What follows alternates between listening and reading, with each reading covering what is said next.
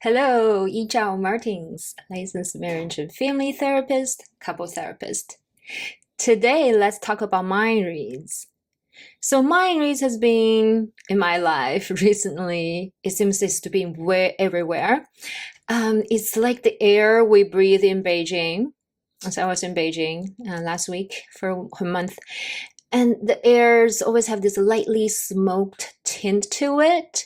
And it just fill in your lungs and your system that you're not aware of that you're in it until you had some rainfall. And then after rain, you're like, this is really fresh. Oh, by the way, I was in that smoky air the whole time. I did not realize that. Yes, see, just like that.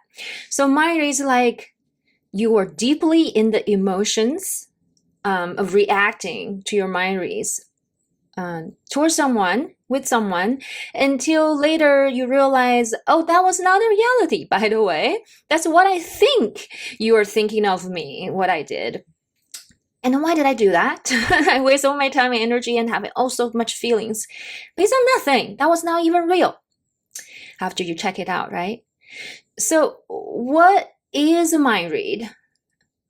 And then why do we do that? A mind read is basically our own thoughts about other people, their thoughts and feelings and values. A lot of time is about us, right? So egocentric. It's all about me.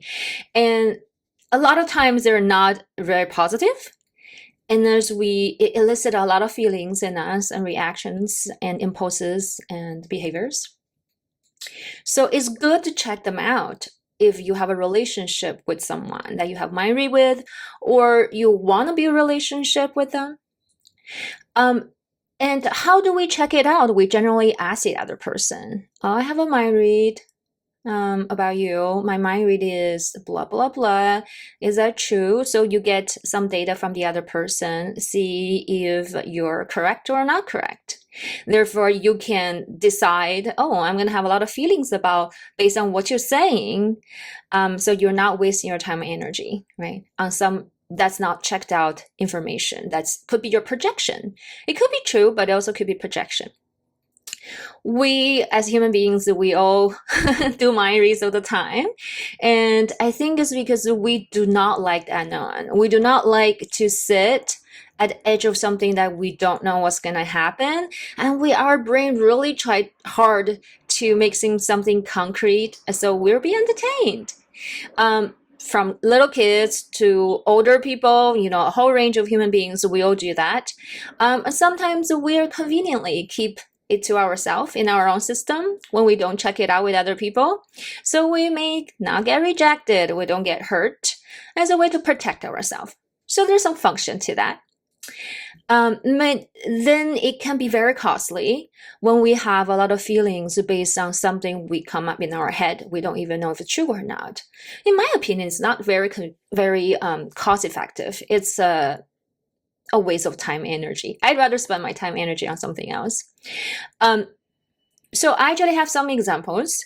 In my life, I see my children do that. I see my parents do that and create conflicts in the relationship. And with the couples I work with, especially ADHD affected couples, there are two themes I will share with you. I'm not saying everybody thinks that way, but I see repetitively in different people that I work with. The partner that identify with an ADHD diagnosis tend to have this a common to go mind read I caught. That's I'm not good enough. I'm not a good enough partner. I'm not good enough husband. I'm not a good enough parent. That whatever I do will never be good enough for you. And so they go down the rabbit hole into shame, right? And on the other end, the partner who identify with not having a lot of ADHD symptoms and that tend to overfunction in their relationship and cover up for their partner with ADHD, they tend to have the mind reads that I'm not lovable, that you don't love me, or you don't care. And so when their partner with ADHD forget about something or not being consistent, their mind read goes immediately saying, you don't care, you don't love me, and I'm not worthy of your love and your care. Which it's quite painful if you believe that's true. Your partner does not care about you and does not love you, right? That make me question on why would you want to be in a relationship with someone like that. But before you go there, let's find out if that's true or not. Check out your mind reads. And something entertaining for you, my 8-year-old children also had mind reads. And when they were playing with the cousins, they were building Legos together, and the cousin accidentally destroyed some of the things they built, and they got so upset, and they, resort to physical aggression. And so when I inquired later, I realized they had a mind read. That number one, their cousin intentionally, maliciously destroyed this tower they built to get back at them. Number two, when they are approached trying to help, they had another mind read that they are only here to make it worse because they do not really want to repair. Well, where did it come from for 8-year-olds, right? I don't know. It could be projection. But when we clarify that mind, also, well, would you check it out with them? That's their intention, or maybe you imagine that's what's going on. But you're quite angry, quite mad when you imagine that's the case. So when they check out with their cousin, the cousin say, no, that was an accident, and I was really trying to help. Later, so we built something to repair.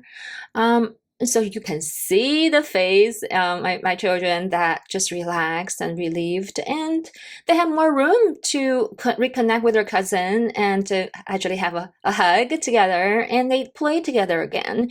And I could tell from both of their face, they're more relieved and they feel more connected from their eye contact and how they were open to have a hug and hugging it out, and then they later play. This checking out mind reads bring them closer with each other, which happens most of the time when I facilitate mind read check with my couples. So is there any trick to not to do mind reads all the time? I do have tricks.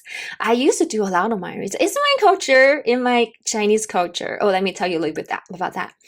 So I was having this meeting with a group therapist in China, and then we talk about culture adaptation of certain modalities of psychotherapy. And I mentioned checking out the mind reads.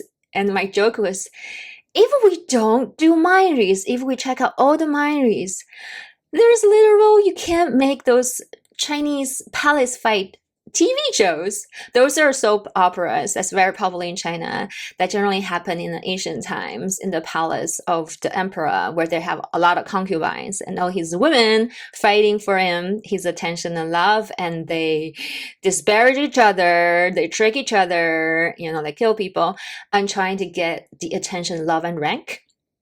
So it's based on mind reads, layers of mind reads. It's kind of like playing chess game. So if this all checked out, then you wouldn't be able to continue a drama like that, right? But you see, when it's only entertaining with the purpose of game, like chess, or drama you want to watch, but do you really want to live in the drama? And what if you don't have the space to play fight and to enjoy the game? So check yourself and if you have room or space before you do mind reads, and go dive into the mind reads and your feelings. Okay. So here are my tips. I tend to start a conversation, or even in my head thinking, with those sentences nowadays. One is, I have a hunch that ... Tell me your thoughts and feelings. So that's a way to validate you have some internal information from you based on whatever. And then you're inviting the other person to supplement your research with their data. So you see that cross the boundary from inner person to interperson. You start to have a relationship right there. That's one. The two is, I have intention. My intuition tells me that blah blah blah. Is that right? Right, that's check out. My intuition tells me, is that right? Similar to the first one, say in a different way. Okay, the third one is, I straight up just say, I'm curious about this and that. Would you tell me more about it? That's an open-ended question. The fourth is, well, it's a little bit tricky and evil. I would say, I really want to believe in this. so I can be mad at you longer. Help me out, right? So this is when you have some room in your relationship for some play fight. You kind of poke at them a little bit in an aggressive way, but that's very playful. So I really want to be mad for you at you longer. So I believe this, so I can be mad at you longer, but help me out. So based on what the other person is saying, you could be mad at them longer or not mad at all, right? But you're giving them an opportunity to change the game. Yeah, so that's play. When you have room, you have space for information from the other person, you are in a place of play instead of fight. Or you can straight up saying, I wonder, blah, blah, blah, which is a question, right? Do you notice the pattern of these 5 different kind of starting points? You're always starting with a question. So you are not closing your boundary as for this is the only way that could happen. That's my belief, and nobody's going to change that, right? So that's a place of stubbornness where there's no room for connection. So how did I get here? Like, I have so many ways of being open and communicating and connecting with people so I don't stuck in my mind reads. Well, I discovered over and over that mind reads, well, are really part of my curiosity attempt to connect with the other person with my own lens, my glasses, the color of my glasses. And I accept the reality that I can't know what other people are thinking and feeling. There's no way. I have a hunch, I have intuition, and I'm attuned. Like, I have a high capacity to attune and to pick up cues, but there's no way I can find out what the other person's thinking or feeling or their values until they tell me. I believe right now we don't have the technology to keep track of everybody's thoughts at all times and feelings and record them.